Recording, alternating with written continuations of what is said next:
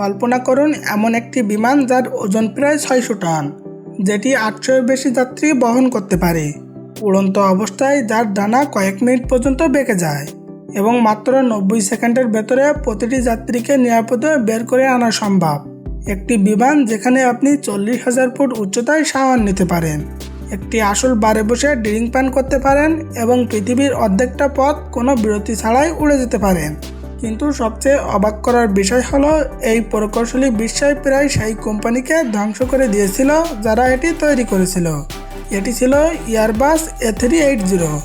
অন্তরিকার আজকের পর্বে আপনি জানতে পারবেন কেন ইতিহাসের সবচেয়ে বড় যাত্রীবাহী বিমান হয়েও A380 শেষ পর্যন্ত এক অদ্ভুত গল্পে পরিণত হয়েছিল। ভিডিওটি শেষ পর্যন্ত দেখার অনুরোধ রইল, কারণ এখানে এমন কিছু তথ্য আছে যা এই বিমান সম্পর্কে আপনার ধারণা বদলে দেবে। প্রথমে যেটা A380-কে আলাদা করে তোলে সেটা হলো এর বিশাল আকার। এর সর্বোচ্চ টেকঅফের ওজন প্রায় 575 টন। একটু কল্পনা করুন, এটা কয়েক ডজন বগি ভর্তি একটি মালবাহী ট্রেনের সমান ওজন। এর ডানার বিস্তার প্রায় 80 মিটার, যা একটি ফুটবল মাঠের দৈর্ঘ্যের কাছাকাছি। উচ্চতা প্রায় 24 মিটার, মানে 8তলা ভবনের সমান।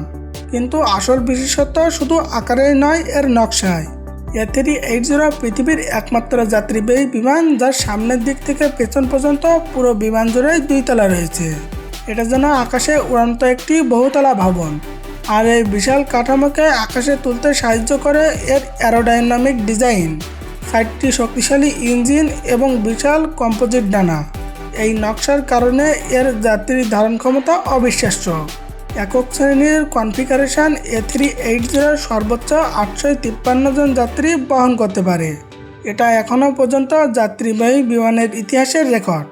যদিও এয়ারলাইনগুলো সাধারণত এত ঘনবসতিপূর্ণ কনফিগারেশন ব্যবহার করে না। বেশিরভাগ সময় 450 থেকে 600 জন যাত্রী নিয়ে 3 বা 4টি শ্রেণীর সিটিং ব্যবস্থা রাখা হয়। তবুও একটি বিমানে 800-এরও বেশি মানুষ বসানোর সক্ষমতা এই প্রকল্পের বিশালত্ব প্রকাশ করে।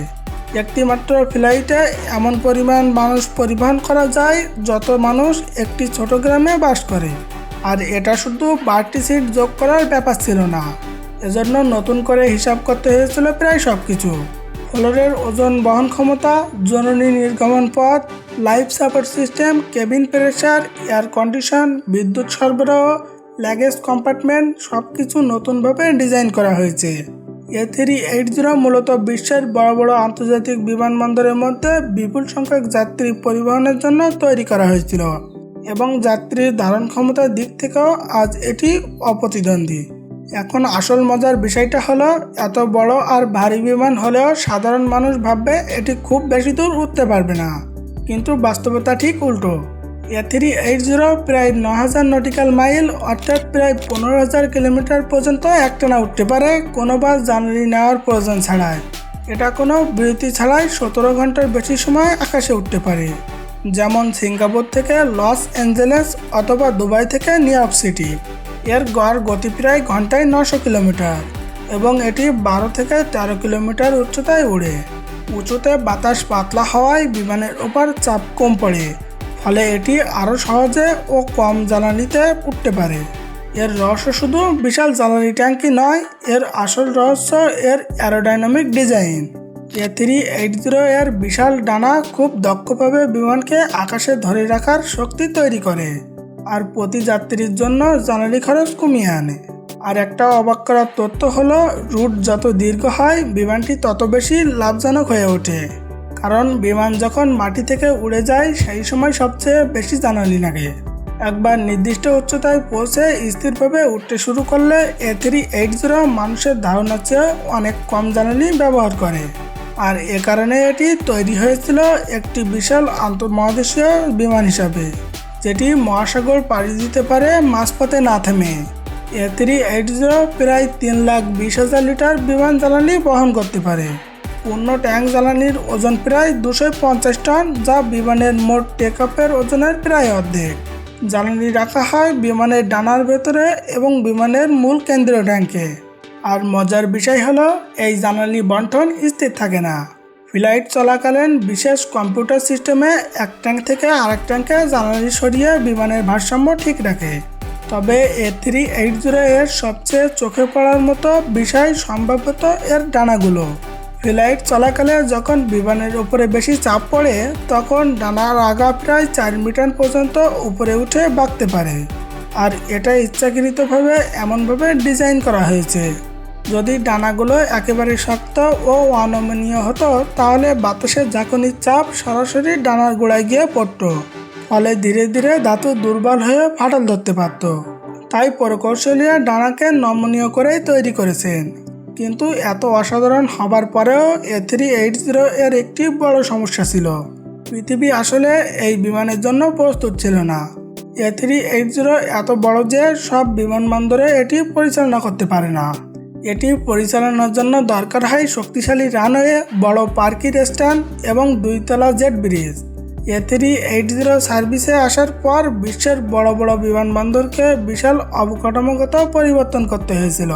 কেউ কেউ শত শত মিলিয়ন ডলার ব্যয় করেছে শুধু গেট আর অবকাঠামো উন্নয়নে।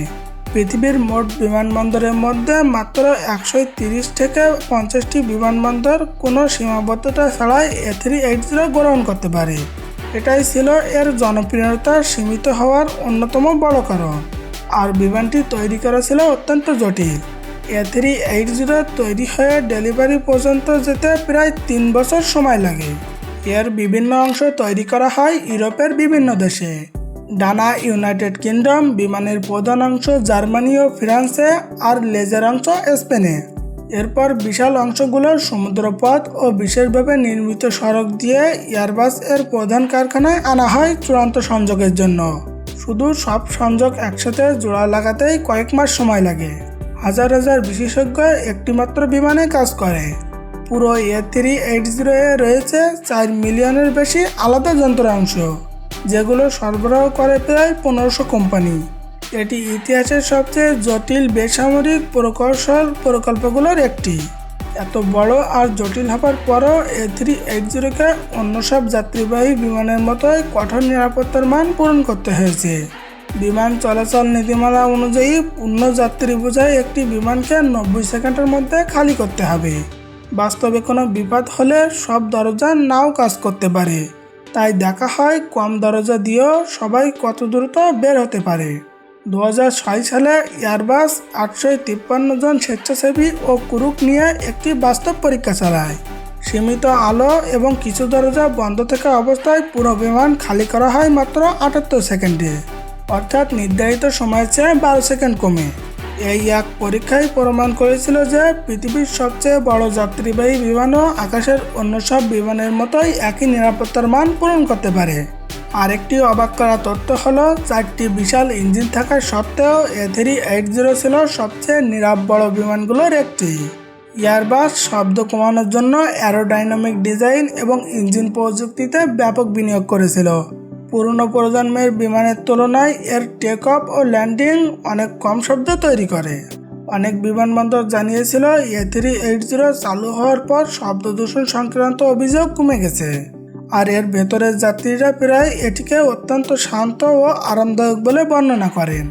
এত সব অসাধারণ প্রযুক্তি থাকার পরও আপনি ভাবতে পারেন A380 হয়তো ইতিহাসের সবচেয়ে সফল বিমানগুলোর একটি ছিল, কিন্তু বাস্তবতা ছিল উল্টো।